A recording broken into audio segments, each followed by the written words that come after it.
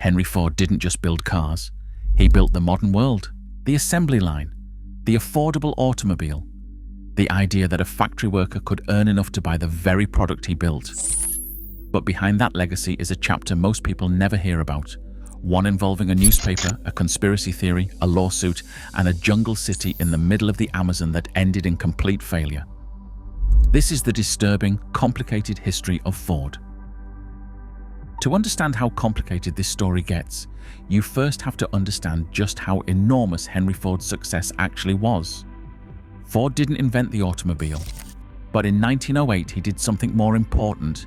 He built one that ordinary people could actually afford: the Model T. By 1913, Ford's factories had introduced the moving assembly line, which slashed the time it took to build a single car from over 12 hours down to about 90 minutes. That single innovation didn't just change Ford's company, it changed manufacturing itself, and it's still the basic template factories around the world use today. In 1914, Ford made another move that shocked the entire business world. He doubled the minimum wage for his workers to $5 a day and cut the standard workday to 8 hours. Ford's reasoning was surprisingly strategic. He wanted his own employees to be able to afford the very cars they were building, creating not just workers but customers. By the 1920s, Ford Motor Company was one of the most dominant industrial forces on Earth. Henry Ford himself had become one of the wealthiest and most famous men in the world, a household name, an American icon. And it's exactly at that point, at the height of his fame and influence, that the story takes a much darker turn. In 1919, Henry Ford purchased a small local newspaper called the Dearborn Independent. At first it struggled, losing money with a shrinking readership, but Ford had leverage most publishers could only dream of. Every Ford dealership across the country was expected to help distribute and promote the paper. Within a few years, circulation climbed to nearly 900,000, making it one of the most widely read publications in the entire United States. Starting in 1920, the paper began running a recurring series under the title The International Jew. Over the following years, it published dozens of articles promoting anti-Semitic conspiracy theories, many of them drawing directly from a document called The Protocols of the Elders of Zion. I want to be very clear here, because this matters. The protocols were not a real document. They were a fabricated hoax, originally created in Russia in the early 1900s, later proven conclusively to be forged propaganda. But that didn't stop Ford's newspaper from treating the material as credible and republishing its claims to hundreds of thousands of readers. The articles were later compiled and republished as a set of pamphlets, distributed both in the United States and overseas. And the damage wasn't contained to America.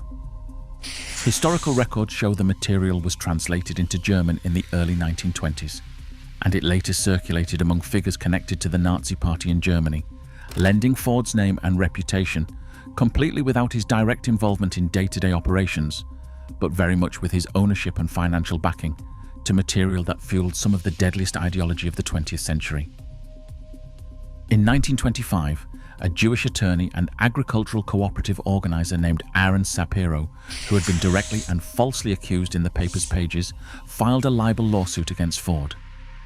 The case finally went to trial in 1927 and quickly became a media sensation. Before Ford was set to testify, the trial ended in a mistrial due to allegations of jury tampering. But the damage to Ford's public image was already done. Facing a boycott of his automobiles and mounting public pressure, Ford agreed to settle the case. In June of 1927, Ford released a formal public apology, a letter drafted with the help of Louis Marshall, a prominent civil rights attorney.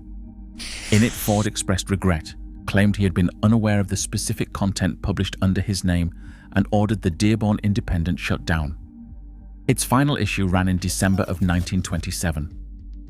But here's the part of the story that historians still point to as unresolved.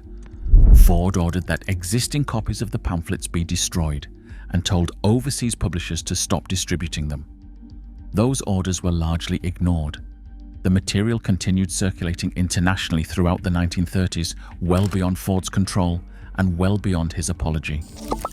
Ford Motor Company, as a modern institution, has since formally renounced these views and taken steps to support Jewish community causes. But the historical record of what was published and the real-world harm it contributed to remains a permanent part of the company's story, one that doesn't fit neatly into the usual telling of Ford as simply an innovator and industrial pioneer. Here's where it gets interesting, in a very different way. By the late 1920s, Ford had a new problem, one purely about business. His factories needed massive amounts of rubber for tires, hoses, and gaskets. And at the time, almost the entire global rubber supply was controlled by British and Dutch plantations in Southeast Asia. Ford didn't like depending on competitors for a resource that critical, so in 1927 he struck a deal with the Brazilian government. In exchange for a small share of future profits, Ford would receive approximately 2.5 million acres of land deep in the Amazon rainforest. He named it Fordlandia. And the plan wasn't just to grow rubber, it was to build an entire American-style town in the middle of the jungle. Clapboard houses, a town square, a hospital, even a golf course. Ford wanted to recreate small-town Michigan, thousands of miles away, on the banks of the Tapajos River. Ford invested roughly $20 million into the project, worth several $100 million today. Workers cleared massive sections of rainforest and planted rubber trees in tightly organized rows, the same way you'd plan an efficient factory floor. And that decision turned out to be the project's fatal flaw. Rubber trees grow naturally spread far apart in the wild Amazon, specifically because that spacing keeps pests and disease from spreading between them. By planting the trees close together, in efficient factory-style rows, Ford's team accidentally created perfect conditions for exactly the threats the trees were naturally designed to avoid. Leaf blight, ants, and lacebugs spread rapidly between the densely packed trees, devastating the plantation again and again.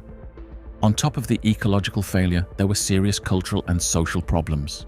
Ford's management tried to impose a strict Dearborn-style lifestyle on Brazilian workers, mandatory schedules, American-style meals, and even restrictions on local customs and social gatherings.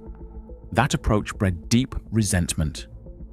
In 1930, tensions boiled over into a riot among workers, forcing management to briefly flee the settlement.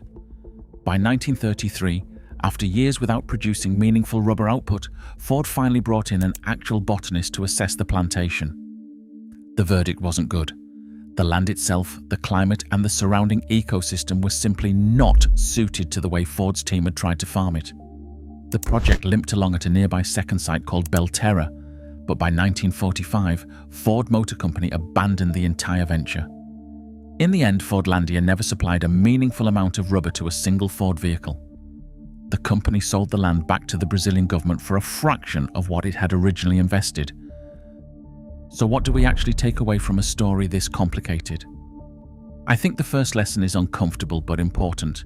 Even genuinely brilliant, industry-defining innovators are still just people, capable of extraordinary vision in one part of their life and serious, damaging failures of judgment in another.